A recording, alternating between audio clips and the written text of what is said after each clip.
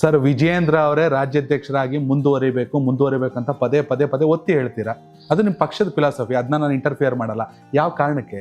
ಜನಬಲನೋ, ಯಡಿಯೂರಪ್ಪ ಅವ್ರ ಮಗ ಅನ್ನೋ ಕಾರಣಕ್ಕೋ, ನಿಜಕ್ಕೂ ಸಾಮರ್ಥ್ಯ ಇದೆ ಅನ್ನೋ ಕಾರಣಕ್ಕೋ, ಹಣ ಬಲನೋ, ಅಥವಾ ಸಂಘಟನಾ ಚತುರತೆನೋ? ಯಡಿಯೂರಪ್ಪನವ್ರ ಮಗ ಅಂತ ನಾನು ಹೇಳ್ತಲ್ಲ. ಓಕೆ.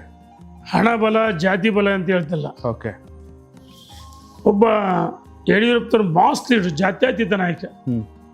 ವಿಜಯೇಂದ್ರ ಅಂತ ನಾನು ಅವರು ಹೊಗಳ್ತಾ ಇಲ್ಲ. ಅವರು ಪಕ್ಷದ ಅನೇಕ ಅನನ್ಯ ಜವಾಬ್ದಾರಿಗಳನ್ನು ನಿರ್ವಹಿಸಿ ಕೊಟ್ಟಂಥ ಉಪಚುನಾವಣೆ ತಮ್ಮ ಸಾಮರ್ಥ್ಯವನ್ನು ತೋರಿಸಿದ್ದಾರೆ. ಕಾಂಗ್ರೆಸ್ ವಿರುದ್ಧವಾಗಿ ಬಲಿಷ್ಠ ಹೋರಾಟ ಮಾಡೋಕ್ಕೆ ಒಬ್ಬ ಯುವಕ ಬೇಕಂತೇಳಿ ಪಕ್ಷ ವರಿಷ್ಠ ನಿರ್ಣಯ ಮಾಡಿದರು.